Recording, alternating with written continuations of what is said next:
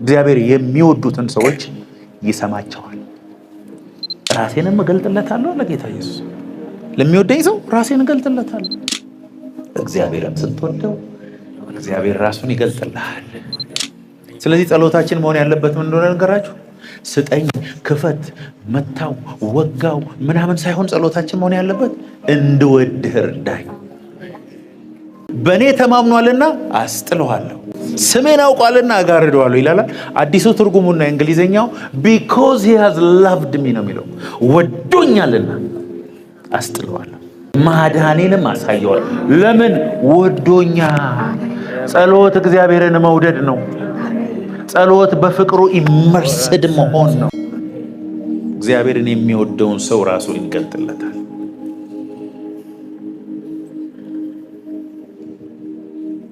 መጡና እኮ ያ ሰውዬ ጋር ይህ ሰው ምኩራብ አሰርቷል፣ ልትረዳው ይገባል።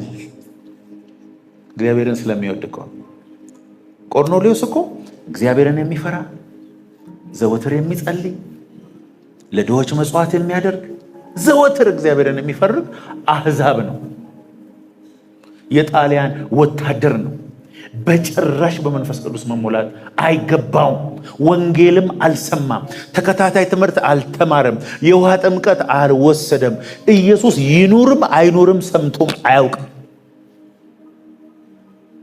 በልቡ ግን እግዚአብሔርን የእስራኤልን አምላክ የሚፈልግ ሰው ስለነበረ እግዚአብሔር መልአክን ላከለት ወደ ቤት። እግዚአብሔርን የሚወድ ሰው መልአክ ይላክለታል። እዚህ ነው የእግዚአብሔር መላእክት እግዚአብሔርን በሚፈሩ ሰዎች ዙሪያ ይሰፍራሉ።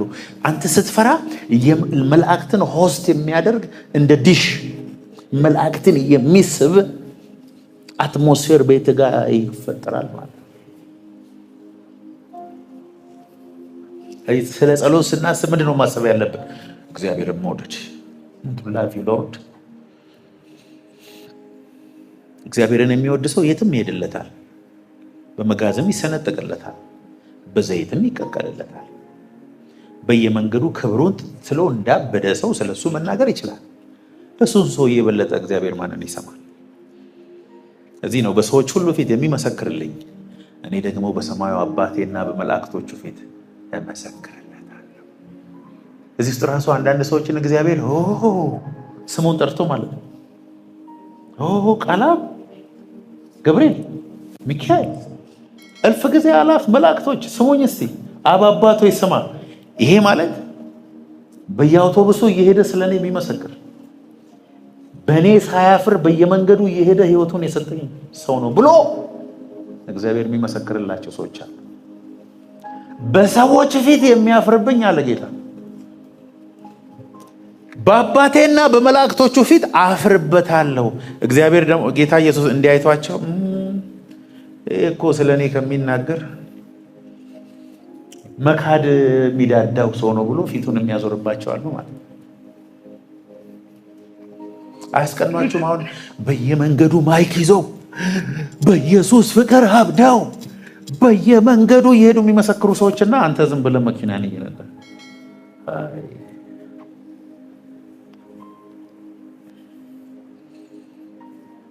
መመስከር የማይችል ሰው አለ ስለ ኢየሱስ። የተነካበት እኮ የፍቅር መጠን። ወንዶች ፍቅር ሲይዛቸው ጠዋት ያወራል፣ ማታ ያወራል፣ ቻው በስንት መከራ 18 ጊዜ ቻው ይላታል። በላሽ ሆይ፣ ጠጣሽ ሆይ፣ ወጣሽ ሆይ፣ ገባሽ ሆይ ቤት ውስጥ ያስገባ ስጦታ ያመጣል፣ ምን ያደርጋል ምናምን ቤት አስገብቶ ከወለደችለት በኋላ እስቲ ስራ ላይ ነኝ ያጨቅጭቀኝ እስቲ።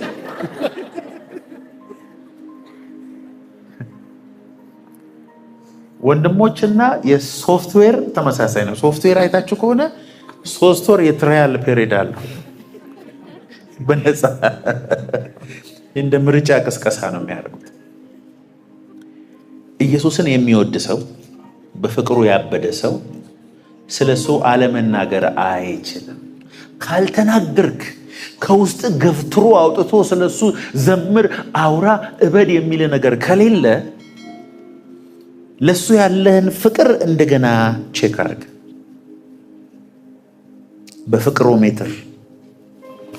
ፍቅሮሜትር የሚባላል ቼክ ስታደርገው ኑሮ ይልሃል። ራስን እኔን ይልሃል። የሚያሳስብ ነገር ያንተ ነገር ብቻ እየሆነ ይሄዳል። Faith-filled prayer carries the creative power of God. When prayed in alignment with His Spirit, miracle happen, presence happen, glory happen.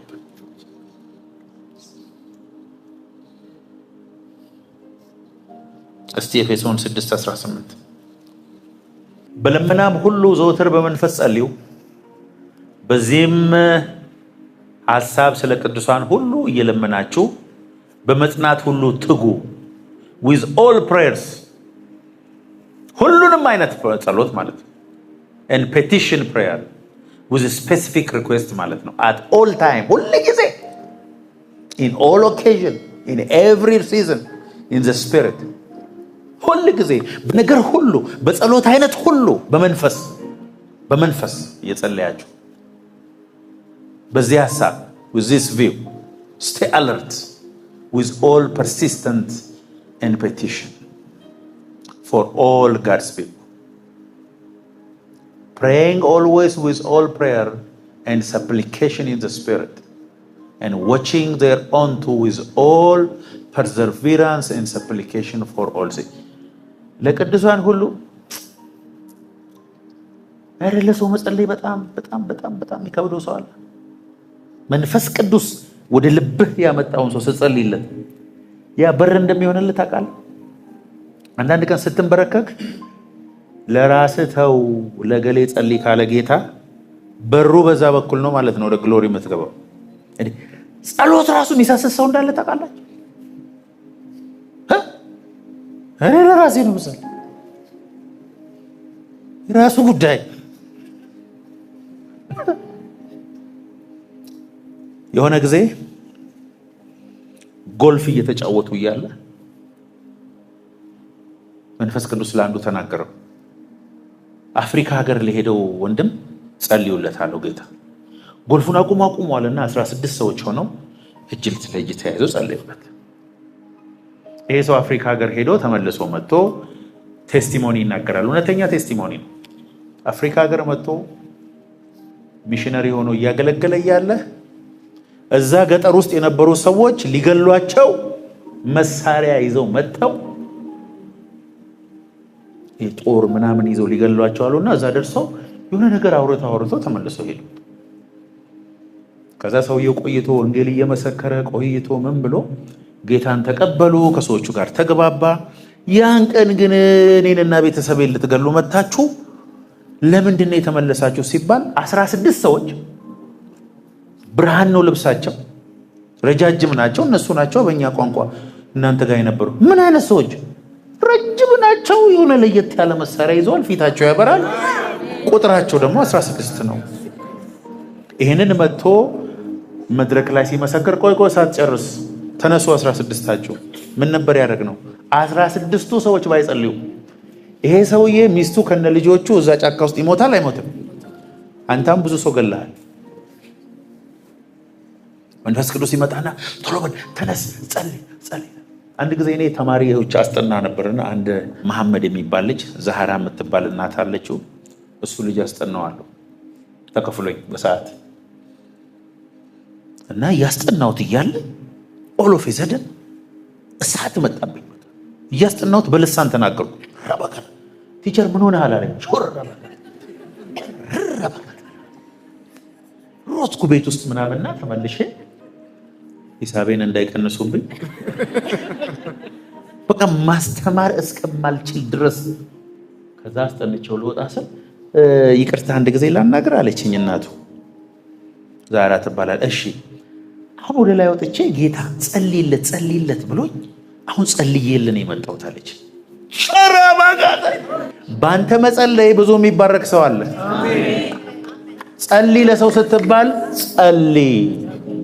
አበሻ ይወላችሁ የስስታችን መጠን በጣም ከመብዛቱ የተነሳ ጸሎታችን ራሱ ስለኛ ብቻ ነው። እረ በመድኃኒዓለም መንፈስ ቅዱስ ጸልይ የሚልህ ሰው ጸልይ። በዛ በኩል አስገብቶ እግዚአብሔር ያንተን በረከት ይለቅልሃል። ኢዮብም ለወዳጆቹ ሲጸልይ ነው መጨረሻው መልስ ያገኝ። እስቲ ቀንሱ ለእናንተ መጸልዩት። ሰልፊሽነት በጣም ከባድ የሆነ ራስ ወዳድነት አለ በመካከላችን።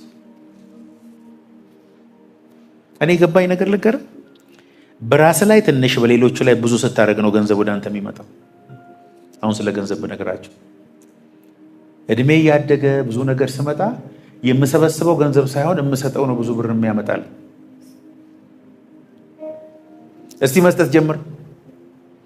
ያላችሁ መንፈሳዊ ዓለም የፍጥረታዊ ዓለም ተቃራኒ ነው። ለምሳሌ ይህንን ጠረጴዛ ለመስራት እኔ በፈልግ መጀመሪያ ክብ ጠረጴዛ ሰራለሁ ላለው፣ ከዛ ስዕል ሰላለው፣ ከዛ እንጨት አመጣለሁ፣ ከዛ በመጋዝ ቆርጠዋለሁ፣ ከዛ ቀለም ቀባዋለሁ፣ ከዛ ጠረጴዛ አረጋዋለሁ። ይሄ መንፈሳዊ ዓለም እንደሱ አይደለም። መንፈሳዊ ዓለም ከተሰራው ነው የሚጀምረው። እንዲህ ነው የምትገለበጠው። ሀብታም መሆን የምትፈልግ ከሆነ ኪስ ውስጥ ያለውን 100 ብር ትዘረዝሯል፣ 100 ቦታ። ከዛ በኋላ እግዚአብሔር ባርኮኛል ያልክ መስጠት ትጀምራል። ገንዘብ መባረክን ያውቃል። እንዳለ ቀጥታ ወደ አንተ መምጣት ይጀምራል። ለምንድን ነው ያልተባረከው ሲባል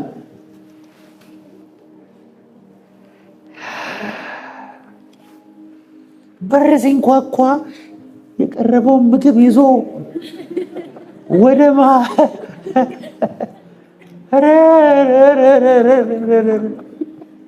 ባይ ዘ ወይ እንደሱ አይነት ቪዲዮዎችን ዩቲዩብ ላይ ምናምን የሚታዩትን ይሄ ምግብ ሲመጣ አፍሪካኖች ሲሮጡ ብታሳዩቸው አይስቁም። ምንድን ነው ባህላቸው ስላልሆነ ምን ነው አሁን ይሄ የሚያስቃችሁ ነገር?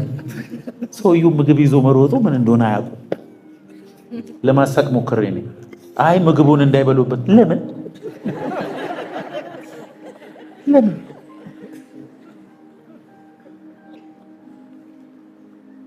የስስት መንፈስ በኢየሱስ ስም ከምድራችን ላይ ይሰበር፣ ካንተ ላይም ይሰበር።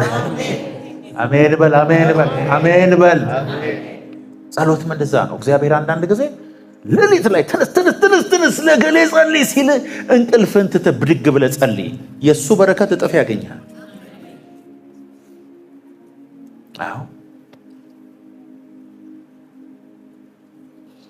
በጸሎትና በልመና ሁሉ ዘወትር በመንፈስ መሆን ራሱ መጸለይ ነው። በነገራችን ላይ እኔ ልንገራችሁ፣ በመንፈስ መሆን ረጅም ሰዓት ከመጸለይ ረጅም ሰዓት በመንፈስ መሆን ይሻላቸዋል።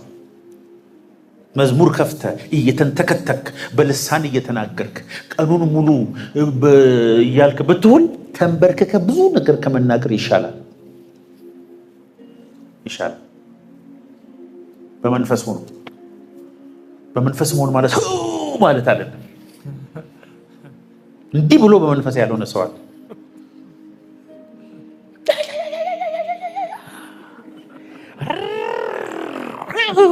አይደለም ስፒሪት ኦን ሲሆን ከአንዳንድ አፍሪካ አገልጋዮች ጋር መጸለይ አትችሉም እኮ በነገራችን።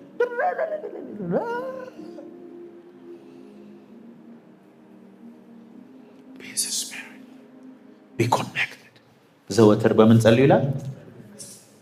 በመንፈስ በሉስ። በመንፈስ መሆን በየሀገሩ የተለያየ ዴፊኒሽን ነው ያለው።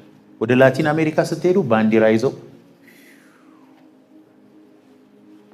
አፖስትል ማልዶናልዶ ጋር የሚደንሱ ሴቶችን ብታየው መጀመሪያ አካባቢ ሄድኩ የዛሬ 10 ምናምን ዓመት ጌታ ኢየሱስ አጠገቤ መጥቶ ምንም ከመንፈስ ጋር አይገናኝ። ይሄ ባህል ነው። በመንፈስ መሆን ማለት በመንፈስ መሆን እኔ መመርጠው ልንገራችሁ፣ በአእምሮ 10 ሰዓት ከመጸለይ በልሳን 1 ሰዓት መጸለይ የተሻለ ነው። በማይነገር መቃተት በውስጤ ስለመቃተት ማለት መንፈሳችሁን አንቁት። በመንፈስ ሁኑ፣ አታቋርጡ። ዘወትር ነው የሚለው። ዘወትር at all time with all prayer in a spirit. Always be in the spirit. በመንፈስ ስትሆኑ እኮ ከአጋንንት ራዳር ውጪ ነው የምትሆኑት። ይሄ በዚህ ያልነበር። በስጋ ስትሆን ደግሞ በጣም ነው የምትታየው ለታርጌት። ገባ ይላል በስጋ ስትሆን። በመንፈስ ስትሆን ትጠፋበታል፣ አትታየው። በእግዚአብሔር ውስጥ ተሰውራል። የኔን የጸሎት ልምድ ልንገራችሁ። የኔን ልምድ አልኳችሁ እንጂ እኔ ተከተሉ አላልኩም። የኔን ልምድ ነው። እኔ ጸሎቴ ወደ 60% መዝሙር ነው። ድምጼ ለእናንተ ላይ ያምር ይችላል፣ ጌታ ይወደዋል። እኔ በቴሌቪዥን የኔን ድምፅ ስሰማ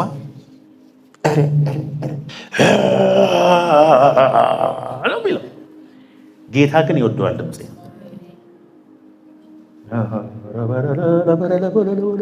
ልሳኔ ራሱ በዜማ ነው።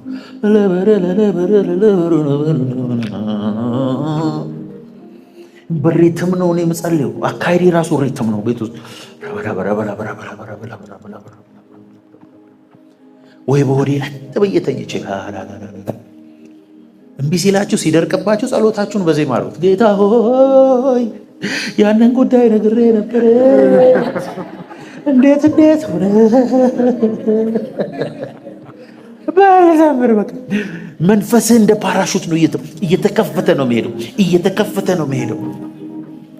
ከዛ የእግዚአብሔር ፕሬዘንስ ቅባቱ ሲመጣ እኔ ማቀው ምን እንደሆነ ልንገራቸው። መቋቋም የማልችለው ሰላም፣ ደስ የሚል ነገር ያገኘኛል።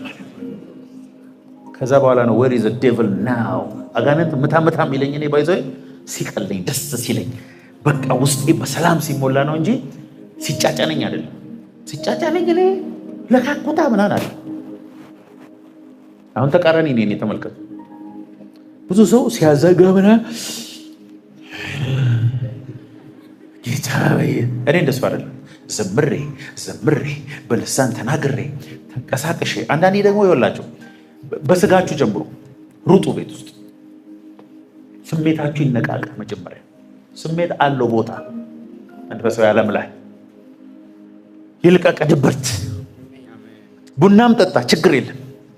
ከዛ በኋላ እየዘመርክ እየጸለይክ እየተናገርክ እየዘመርክ እግዚአብሔርን እያመለክ ምናምን ስትሄድ አለች የሆነች ፖይንት ወደዛኛው ሬል መመጥቀባበት። ከዛ በኋላ ነው መዋጋት ያለበት።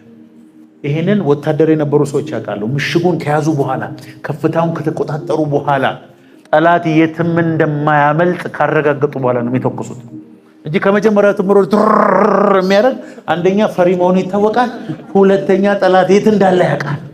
ለዚህ ነው ዘወትር በመንፈስ። ለሷ ደግሞ ምን አላት? የሚሰገድለት በእውነትና እግዚአብሔር በመንፈስ ያልሆነ ጸሎት፣ በመንፈስ ያልሆነ አምልኮ፣ በመንፈስ ያልሆነ አገልግሎት አይቀበልም ማለት ነው። እግዚአብሔር መንፈስ ነው፣ የምታገለግለው በመንፈስ ነው። ብዙ ሰዎች በመንፈስና በእውነት የሚለውን መንፈስ ቅዱስን ነው። መንፈስ ቅዱስ መንፈስን ይረዳዋል፣ ግን ያንተ መንፈስ ነው እግዚአብሔርን የሚያመልከው። ብዙ መጽሐፍ ሁሉ የተጻፉ አሉ የመንፈስ ቅዱስ ፍሬዎች ተብሎ።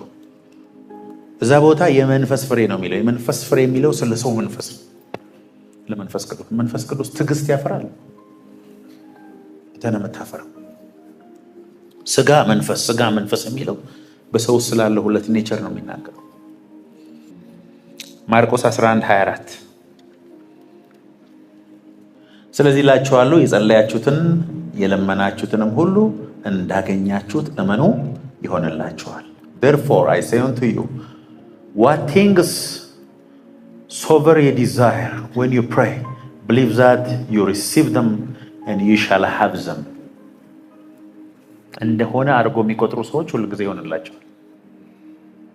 ሆኗል ብለው እርግጠኛ ሆነው ባመኑት ልክ የሚንቀሳቀሱ ሰዎች ይሆንላቸዋል።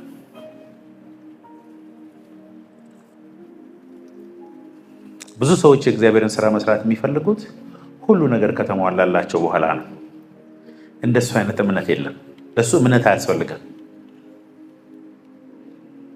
ከቤታችሁ እዚህ ለመምጣት ምንም እምነት አያስፈልጋችሁ። ተነስቶ መምጣት ብቻ ነው የሚያስፈልጋችሁ። የጸለያችሁትን ነገር ግን እንደተቀበላችሁ አድርጋችሁ ስትቆጥሩ ከድርጊታችሁ ያስታውቃል። እሺ የሆነ ሰው 20 ሺህ ብር ተከራይቶ ቤት ይኖራል። 20 ሺህ ብር ነው የሚኖረው። 20 ሺህ ብር እንደምንም ደሞዝ እየሰራ በዛ በዚህ አድርጎ እየከፈለ ነው እንበል እና የሚቀጥለውን የሚከፍለውን አጣ የለውም እና ለአከራዩ ጠየቀው፣ እባክህን ይሄኛው ወር ከበደኝ፣ የሚቀጥለውን 40 አድርጌ ስለምከፍለ ይሄኛውን ወር ታገሰኛልና አለፈው። እሺ ብሎት የሚቀጥለውን ወር ደረሰበት፣ ብሩን የለውም። ከዛ ሰውየው መጥቶ ሲያንኳኳው ወይኔ ጌታ፣ ኧረ ጌታ ሆይ ምን ይሻለኛል? እኔ ብር የለኝም፣ ምን ላድርግ? በቆራሌው ልሽጥ እንዴ? ምን ላድርግ እያለ እየተጨነቀ ነው እንበል። ከዛ ሰውየው ሲያንኳኳ በትህትና ነው ሰውየው የሚያናግረው አይደለም። ይኸውልህ ምናምን እያለ ስልክ ተደወለለት ከአሜሪካ። በጣም የሚወደው አጎቱ። እንዴት ነህ? ሰላም ነው ወይ? እግዚአብሔር ይመስገን ደህና ነኝ። ዝም ብዬ አንድ 500 ሺህ ብር ለጊዜው፣ ሌላ ጊዜ ጨምርልሃለሁ፣ አካውንት ላይ አሁን አስገብቻለሁ ሲለው ሰውየው እዛው ቆሟል። አነጋገሩ እንዴት ነው የሚሆነው? ሰውየው ሲወራ እስቲ ተረጋጋ። ትህትና ወዲያው ነው የሚለቀው። ይኸውልህ የአንድ ወር አይደለም የዓመት እከፍልሃለሁ፣ ስነ ስርዓት ያዝ ይላል አይልም? ብሩን ተቀብሏል። አካውንቱ ላይ ሄዶ አይቷል። ሄዶ ባንክ ቼክ አድርጓል። ያመነው ማንን ነው? ያጎቱን ቃል። ካጎት ቃል አይበልጥም የእግዚአብሔር ቃል። አንተ አልገባህም? እምነት ማለት ምን መሰለህ? ጸልየ ስትወጣ እንደሆነ አምነ በዛ ልክ አክት ማድረግ ሲጀምር እግዚአብሔር ያን ጊዜ በሱ ላይ መደገፍን አይቶ እሱን ተማምነ እርምጃ እንደወሰድክ አይቶ አንተን መባረክ ይጀምራል። እግዚአብሔር የሚያምኑ ሰዎች በምንድን ነው የሚበልጧቸው? በሚወስዱት አክሽን። የለመንከውን ሁሉ እኮ አይደለም ውስጥ መጥቶ ቅር ብሎ ያመንከውን ነገር እርምጃ ስትወስድ ይሄ ነው። አናኖን እኮ እግዚአብሔር አሜሪካ ልካለሁ፣ የአሜሪካ ባንዲራ ሁሉ እያየ እያደረ ፓስፖርት የለው። አንዱ ባለፈው እዚህ ቅዳሜ ጸልይልኝ እግዚአብሔር ሰው ሊሄድ ነው አሜሪካ፣ በዚህ 15 ቀን አምኛለሁ ሄዳለሁ አለ። ፓስፖርት አለ አልኩ፣ የለኝም። አትሄድም። ይሄ እምነት አይባልም። ተነጥቆ ማገልገል ከሆነ እኔ ለምን እጸልይለታለሁ? እኔ ያልደረስኩበትን እጸልያለሁ። የተቀበልከውን እየጸለይከውን እንደተቀበልክ ማመን። ገብቷቸዋል? አሜን።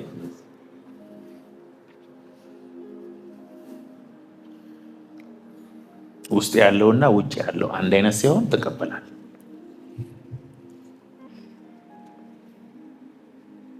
ሮሜ 12:12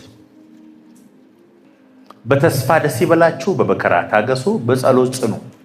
rejoice in hope, patient in tribulation, continuing instant in prayer, devote to prayer, continually seeking wisdom, guidance and strength. የማያቋርጥ በተስፋ ደስ ይበላችሁ፣ በመከራ ጽኑ፣ አትደንግጡ፣ አትረበሹ። በጸሎት ግን ኮንቲኒየስ ሳታቋርጡ ጸልዩ። ስትቀመጡ፣ ስትነሱ፣ ስትሄዱ፣ ስትበሉ፣ ስትጠጡ፣ ስተኙ ጸልዩ ማለት ነው። በጸሎት መንፈስ ሁኑ። ለአንድ ቀን ኖርማል ነህ፣ 10 ቀን ኖርማል ነህ፣ 21 ቀን ላይ የሆነ ነገር እየሆንክ ነው። ከወር በኋላ ሌላ ሰው ሆነሃል። ከ6 ወር በኋላ በምድር ላይ ካሉ ሰዎች ከፍ ያለውን ፖዚሽን ትይዛለህ። በመንፈስ ከፍ እያልክ ነው የምትሄደው። ከፍ እያልክ ነው የምትሄደው።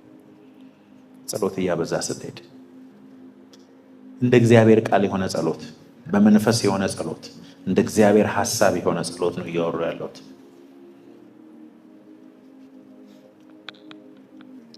እጸልያለሁ በሉ እስቲ። በጌታ ፍቅር እስቲ ልጠይቃችሁ አንድ ነገር።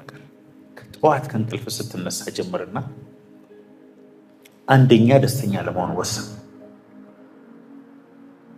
ለአንተ የሚደሰትልህ ሌላ አካል የለም። አንዳንድ ሰዎች ደስታን ከየት እንደሚጠብቁት አላውቅም። የሆነ ሰው መጥቶ እንዲያስደስታቸው ይጠብቃሉ። ለመደሰት ፕሮግራም ያላቸው ሰዎች አሉ። እግዚአብሔር ይሄን ሲሰጠኝ፣ እግዚአብሔር ያን ሲያደርግልኝ ያን ጊዜ ወደፊት እደሰታለሁ ብሎ ለደስታ ቀጠሮ ያላቸው ሰዎች እንዳሉ ታውቃላችሁ። ሳይደሰቱ ነው እድሜያቸው የሚያልቀው። እኔ መደሰት ነው የምፈልግ። መቼ? አሁን እግዚአብሔር የሰጠኝ አሁን ብቻ። ጠዋት ስትነሳ እስቲ ሃሌሉያ ጌታ ሆይ። አሁን ተኝተን ስንነሳ ብዙ ሚሊዮን ሰዎች እዛው አልጋ ላይ ቀርተዋል። እኔ ግን ተነሳው፣ እግሬ ይሰራል፣ እጄ ይሰራል። ቴንኪው አሜን በለ። አሜን። አንድ አይንህን አውጣና 10 ሚሊዮን ብር ልክፈል ብል ትሰጠኛለህ? ስለዚህ ከ10 ሚሊዮን ይበልጣል ማለት ነው አንድ አይን። ስለዚህ አመስግና ለአንድ አይን። እውነት ውሸት? እግርን ልቁረጥና 100 ሚሊዮን ብር ልስጥ ትሰጠኛለህ? ከ100 ሚሊዮን ብር የበለጠ እንዴ? ጥርስ እኮ ስታስነቀል አንዱ ስንት ነው? ወደ 40 ሺህ ብር ነው ያሉት። እስቲ 40 ሺህ ሲባዛ በ32 ስንት ሚሊዮን ብር ይዘ ሳቅ እንጂ ሳስቅበት። እዚህ ውስጥ እኮ የወለ ስንት ሚሊዮን ጥርስ አለ። አንተ ያለህን ስጠኝና ያለኝን ንብረት ሁሉ ውሰድ፣ የኔን በሽታ ውሰድልኝ የሚሉ በሚሊዮን የሚቆጠሩ ሰዎች ሆስፒታል አሉ።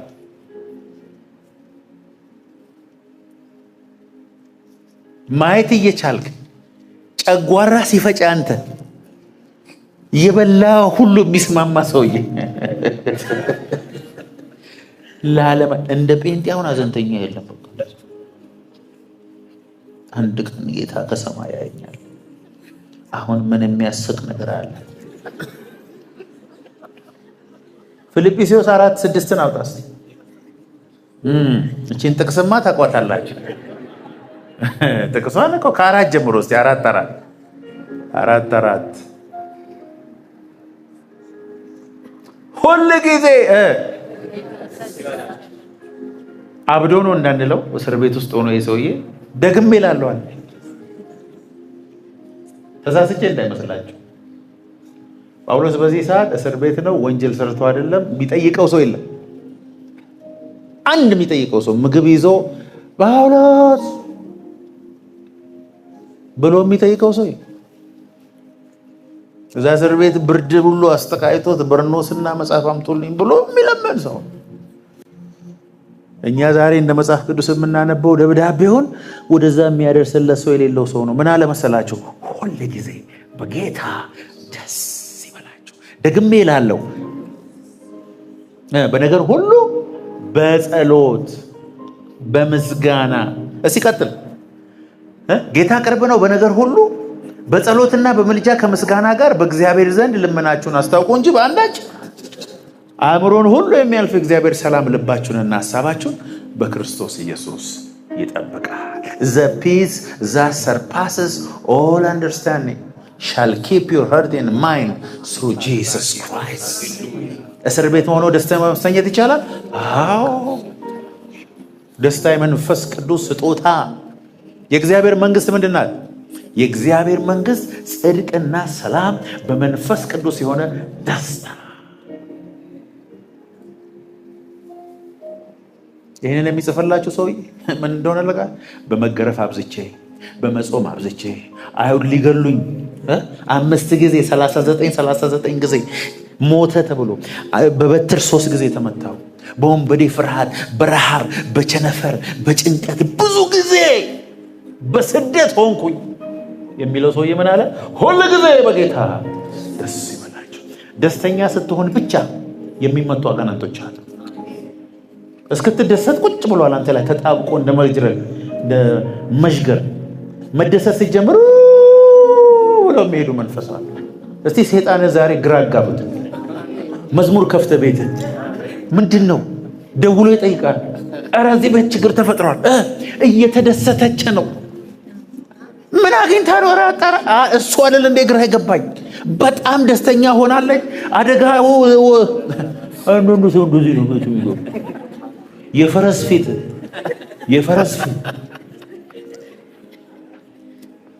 ማይደስቱ ሰዎች አውቃለሁ ላይ ባይዘው። እኔ ሁሉ ጊዜ ደስተኛ ስለሆንኩ በባዶ ኪሴም ብዙ ሰዎች ጥያቄ ይጠይቁኛል። ምን አገኘ? ምን አላገኘው? በጌታ በኢየሱስ የዘላለም ሕይወት አለኝ። ስሜ በሕይወት መጽሐፍ ላይ ተጽፏል። ጠረጴዛ ላይ ምግብ አለ። አካሌ ላይ ጨርቅ አለ። ሄጄ ገብቼ መተኛ ቤት አለ። ምን ያርገኝ ጌታ ከዚህ በላይ? አንዳንዶቻችሁ እኮ ምንድን ነው የምትፈልጉት? እኔ እኮ ግራ ነው እኮ የሚገባኝ። አንዳንዱ እኮ ብዙ ነገር አለ። መኪና እየነዳ ጮማ እየበላ ቆንጆ ልብስ እየለበሰ ዱባይ በአውሮፕላን እየሄደ እግዚአብሔርን ይጨቀጭቃል። አቁም። ምን ያርግ እግዚአብሔር እንዴ? እዚህ ምድር እኮ ነው የምንኖረው። እስቲ ሰይጣንን ግራ አጋባው። ጠላቴን ግራ አጋባኸው። እስቲ እግዚአብሔር ከሚያጋባው አንተ አጋባው። ኮንፊውዝ አድርጎ ሰይጣን በጸሎትና በልመና ከመልጃ ጋር ነገራችሁን አስታውቁ እንጂ በአንዳች አትጨነቁ። ከዛስ አእምሮን የሚያልፍ እግዚአብሔር ሰላም ልባችሁንና ሐሳባችሁን በክርስቶስ ኢየሱስ ይጠብቃል። በዓለም ላይ በተጠና ጥናት 79% የምንጨነቅበት ነገር በሕይወታችን አይሆንም። በእድሜ ዘመናችሁ ከተጨነቃችሁ ጭንቀቶች በጠቅላላ ወይ 80 ወይ 90% ወይ 100% አልሆነባችሁ። ጭንቀቱ ግን የብሬን ሴልን ገሏል፣ ስኳርን ከፍ አድርጓል፣ የልብ አመታትን ቀይሮብሃል፣ መልክን እየቀየረ ነው። በተለይ እህቶች ላይ በውበት እንዳትመጡባቸው። አሁን ይህ ምክር እንዴት እንደሚሰሙት ታያላችሁ። ስትጨነቁ ቆዳችሁ ይሸበሸባል። አቁሙ። በጣም የሚገርመኝን የእህቶች ባህሪ ልንገራችሁ። ሴቶች መልካችሁን ያሳምራል ብቻ በሏቸው። ቲማቲም ይቀባሉ፣ አቮካዶ ይቀባሉ፣ እንቁላል በሙዝ ይቀባሉ፣ የማየው አፈር ይቀባሉ። ከውሃ ውስጥ የወጣ ነው። አሁን ደግሞ ምን እንደመጣ የሳልመን ዘይት ነው። ብቻ ውበት ነው ብል ብቻ አንተ ዘይቶች አንዱም እኮ አይሰራም። ከዛስ አቤት እንደ ወንዶች ቆዳ በሆነ ቆዳቸው ሊሆን አይችልም። ያንቺ በሙዝ ተቃጥሏል፣ በቲማቲም ተቃጥሏል። ምንም አትቀበሉ። ማታ ማታ አውሬ መስላችሁ አይደል የምትተኙ? እኛ በሰላም ነው የምትተኛ። የሴቶች ፕሮዳክት አብዛኛው ውሸት ነው። በነገራችን ላይ ከሰል ይቀባሉ። እስቲ ምንድን ነው የሚቀቡት ንገሩኝ። እንቁላል ይቀባሉ፣ ቡና። አሁን ደግሞ ቡና ተቀብተው ባልየው ሰላም ብሎ ቤት ሲገባ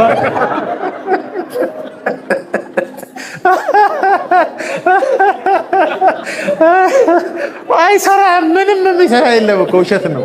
ለጊዜ ይኸው ወንድሞችን እስቲ ይሄን ተቀባ ፊት ያምራል በሉ፣ ትከስራለህ። እንደስ የሚገዛ የለም። ወንድሞችን መሸወድ ከጀመርክ ጡንቻን ያስወጣልሃል፣ ደገኛ ያደርግልሃል ብሎ ምንም ይገዛል። የማይጠጣው ፓውደር የለም። ሴቶች ከውበት ጋር አትምጡባቸው። ሴቶች አሁን መከራችሁን እንደምትሰሙኝ እርግጠኛ ነኝ። ስትጨነቁ ከእድሜያችሁ ላይ ቆዳችሁን የሚያሸበሽብ ያለ እድሜ የሚያስረጅ ጭንቀት ነው። የፋንታሲ ዓለም መኖር አቁሙ። ቲክቶክ ላይ የምታዩት ዓለም ውሸት ነው።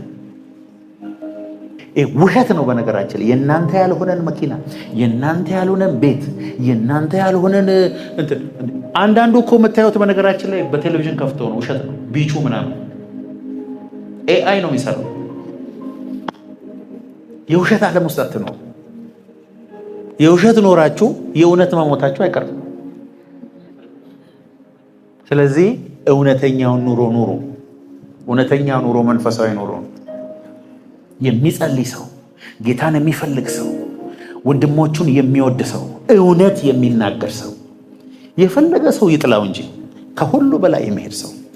በነገራችን ላይ ስለ እናንተ እየተከታተሉ ስማችሁን የሚያጠፉ ሰዎች በገዛ አፋቸው እናንተ ከነሱ በላይ መሆናችሁን ተናግረዋል።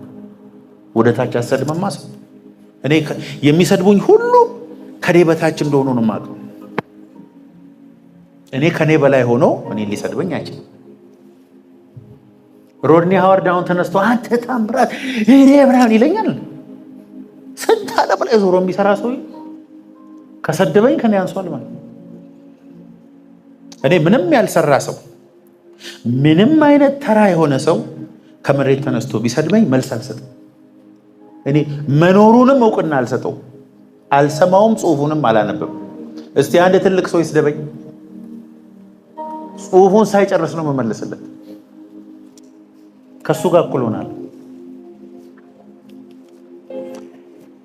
ከላይም ይሁን ከታችም ይሁን ለሚሰድብ ሰው ስትመልስ ካንተ ጋር እኩል ነኝ እያልክ ነው።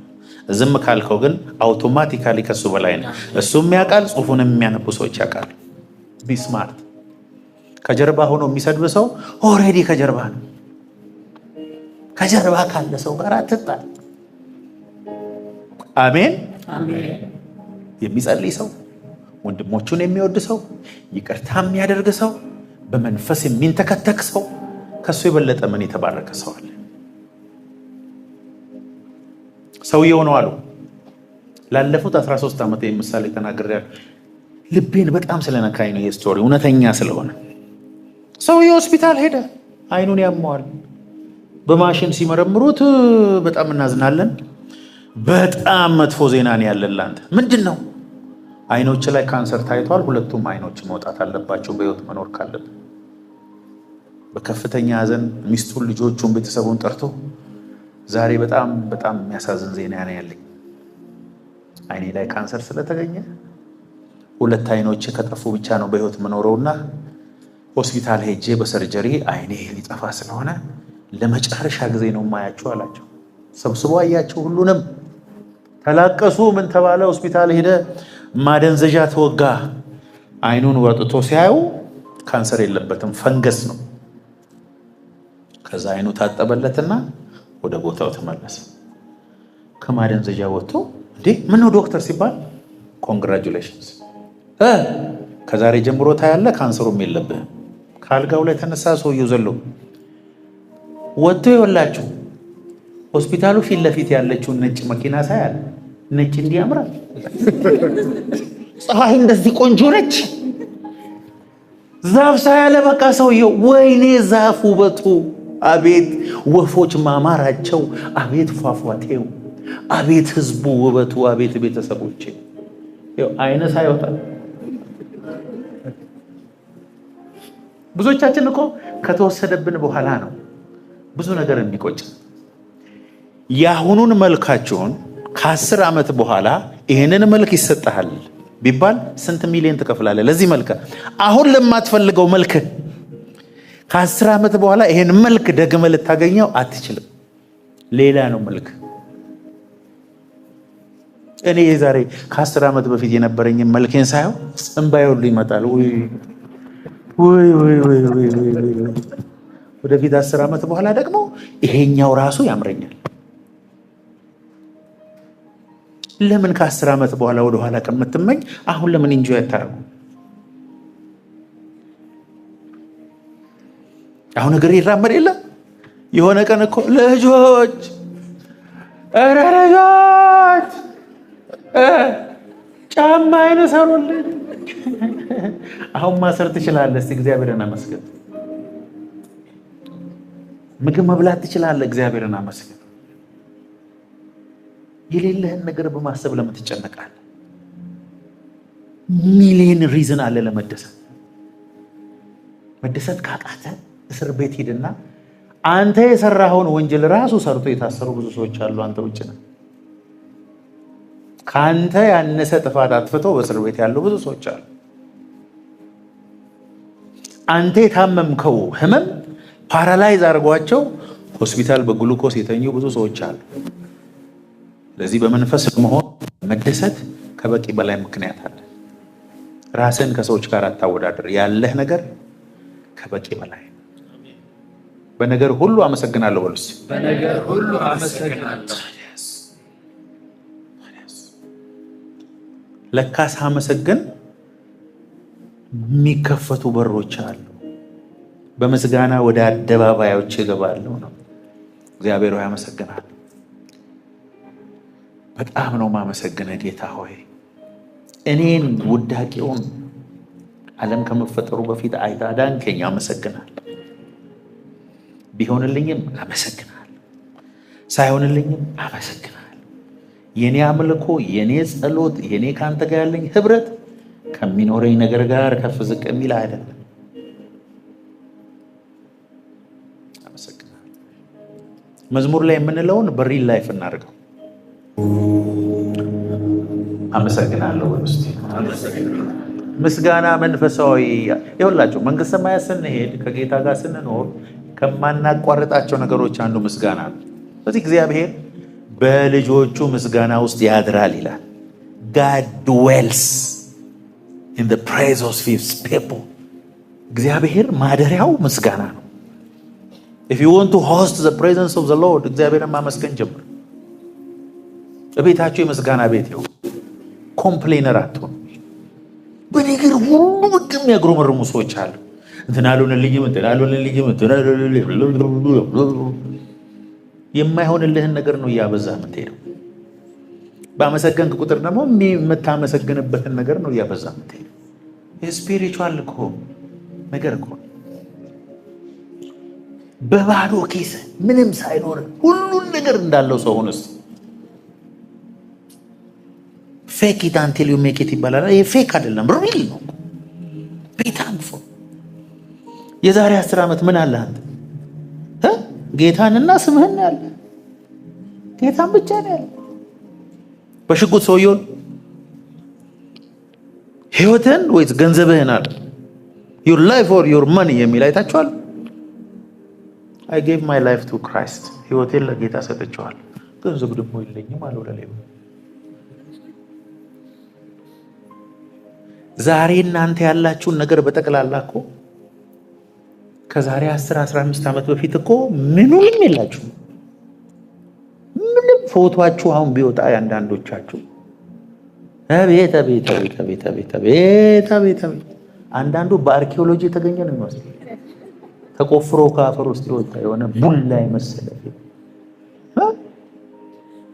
የፎቶ አነሳሳችሁ ራሱ እንዲያበባ ይዘል። ያ ዘመን አልፎ በጋዜጣ የተለበደ ቤት ውስጥ እንዳልነው ጋዜጣውን እያነበብክ እንዳልሳቅ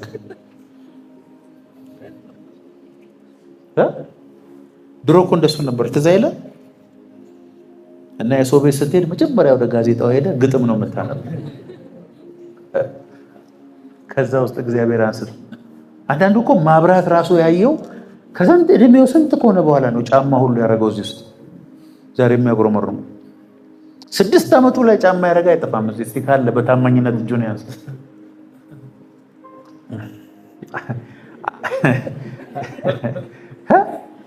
ትልቅ ሰውዬ የሆነው ትምህርት ቤት የገባ ስንት ሰውዬ አለ። አለቃ ትምህርት ቤት አለቃ የነበረ ስንት ሰው። እግዚአብሔር ከስንት ነገር ከስንት ጉድ አውጥቶ ሰው አድርጎ ዛሬ ትበላለህ፣ ትጠጣለህ፣ ትጨነቃለህ። ዛሬ ያ ዘመንም አልፋል። እንኳን አሁን ራሳቸውን ከሌሎች ጋር አታወዳዱ። አብዛኛው ራሳቸውን የሚያጠፉ ሰዎች ሄዳችሁ ብታዩ ራሳቸውን ከማጥፋታቸው በፊት ቲክቶክ ላይ እየሳቁና እየደነሱ የነበሩ ናቸው። በሱ አይደለም ዲፕሬሽኑ፣ ጭንቀቱ፣ ተስፋ መቁረጡ ከሱ ጋር የተገናኘ አይደለም። ደስታ ነው ሰው የሚፈልገው። ደስታ በመንፈስ ቅዱስ ተሰጥቷል። ሌላው እንዲጨመርልህ የምትፈልግ ከሆነ እግዚአብሔር መጀመሪያ በሰጠው ተደሰት ይላል። እኔ አሁን ከሁለቱ ልጆቼ ለትንሹ ስሰጥ ሆነ ነገር ሳረግለት የበለጠ ስጦ ይለኝ። ኦ ቴንክ ዩ ዳድ፣ ኦ ማይ ጋድ። ከፈረንጆች ጋር ምግብ በልታችሁ ታውቃላችሁ እንዴ? ምግቡን ድጋሚ ተቀምሰዋል ያርጉና ሲቀምሱት ኦ ማይ ጋድ።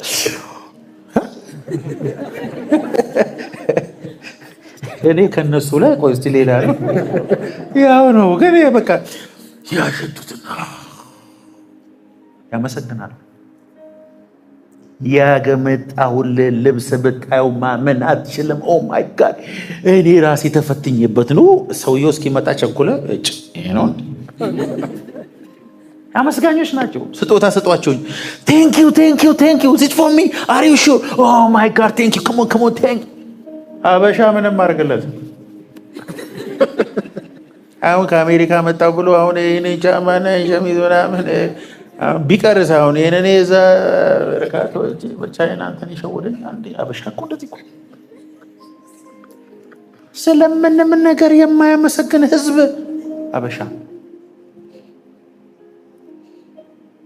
ኮሪደር ልማቱ ተሰራ፣ ያምራል አያምርም? አንድ ሰው አያመሰግንም። ሚናው ላይ ማብራት በማብራቴ ምን ክሪስማስ አስመስሎት ምናምን ጨለማ ውስጥ እኮ ነው ተወልዶ ያደገው ራሱ።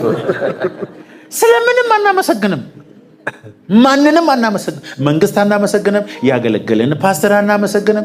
አሁን የፊታችን ሐሙስ በአሜሪካ፣ በአውሮፓ፣ በላቲን አሜሪካ ታንክስ ጊቪንግ ነው። ምስጋና በቃ ፓስተሮቻቸውን ቴንኪው አንተ እንዲህ ቃል ስላካፈልከን እንዲህ ስላደረክልን ስለጸለይክልን በጣም እናመሰግናለን። ይሄው ደብዳቤ፣ ይሄው ፖስት ካርድ ታንክስ ጊቪንግ ኢትዮጵያ ሰውስ ኢትዮጵያዊ 12 ዓመት አገልግለው አስተምረው እጅ ጭነህበት አጋንንት አስወጥተህ 50 ሺህ ብር ስጠኝ ሲል የለኝም ስትለው ድሮም አንተም ብሎ ፓስተር ብሎ ነበር። ኖባዲ ኬርስ። ባለፈው አሜሪካ አገልግዬ ስመጣ በአውሮፕላን ውስጥ እንደነገርኳችሁ እኔ ብቻ በታክሲ ሄጄ ሳገለግል ሌሎቹ አገልጋዮች በፕራይቬት ጄታቸው ነው የሄዱት። የት ነው ያቆምካት አሉኝ። ምኗን? አውሮፕላኗን የት ነው ያቆምካት? ጌታ ቤት ነው መነገራችሁ። አይ በአሁኑ ዝም ብዬ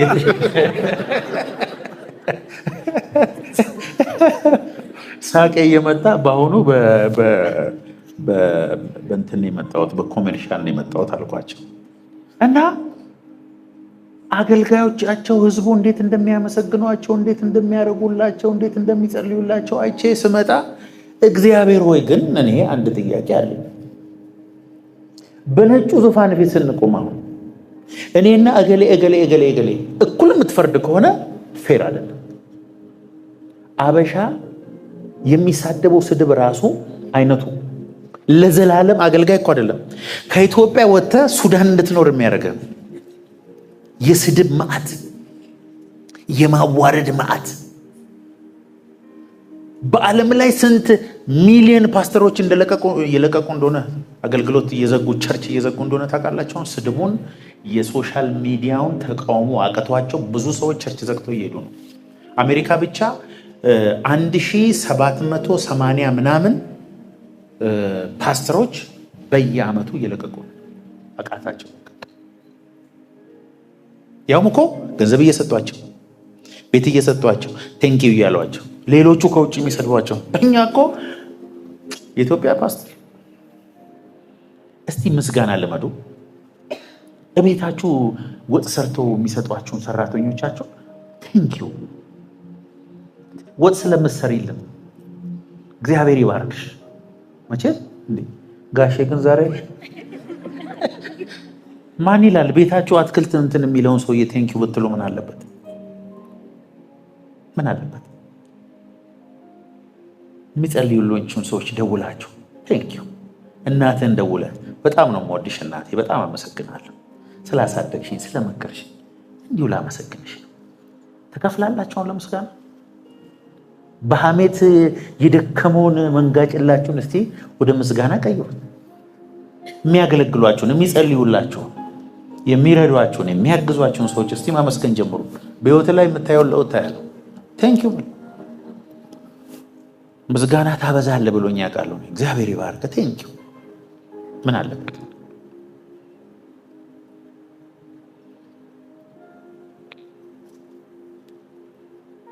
ራይድ እዚህ ይዞ የመጣህን ሰው በጣም አመሰግናለሁ እግዚአብሔር ይባርክ ብትሉት ምን ችግር አለ?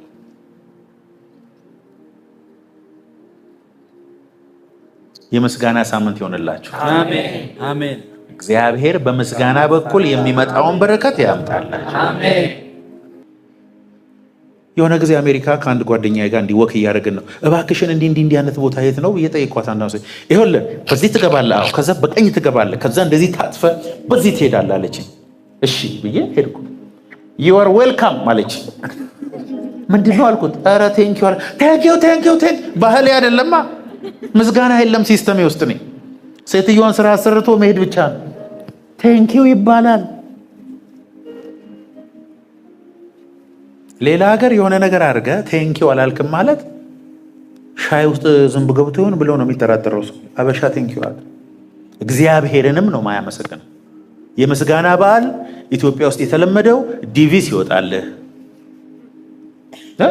ልጆች ማትሪክ ሲያልፉ፣ ደሞዝ ሲጨመርልህ ትክክለኛ ምስጋና አይደለም። ጠዋት ከእንቅልፍ ስትነሳ እግዚአብሔር ሆይ አመሰግንሃለሁ። እችን ብቻ ብያችሁ ልጨርስ።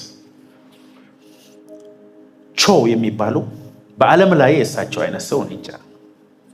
ዓለም ከተፈጠረች ጀምሮ 10 ሰዎች ቢጠሩ ምናልባት አንዱ እሳቸው ይሆናሉ ብዬ አምናለሁ።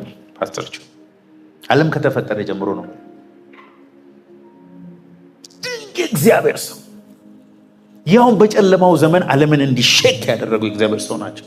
እና የሆነ ኢንተርቪያቸው ላይ ባለቤታቸውና እሳቸው ተጠየቁ። ከዓለም ሁሉ የተለየ በረከት እናንተ ጋር አለ። ህዝብ ይጎርፋል። ከዓለም ትልቁን ቸርች የከፈታችሁት እናንተ ናቸው።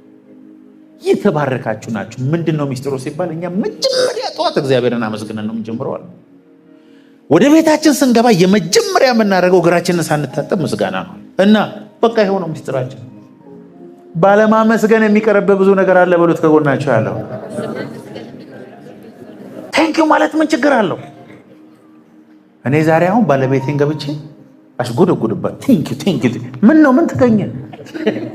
አይ አሁን በሚስቶቻችሁን ሄዳችሁ በጣም ነው ማመሰገነሽ ብትል ምን አጥፍቶ የሆነ ነገርማ አጥፍቷል ማለት ነው። ትጠራጠራለች። እግዚአብሔርን እናመስግን።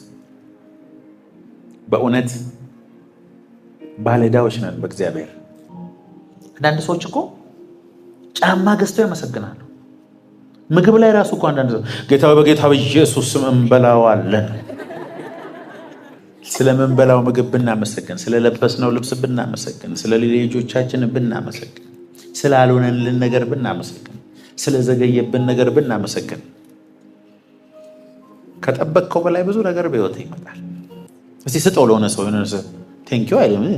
የሚቀጥለውን ለመስጠት ራሱ እኮ ይደብራል።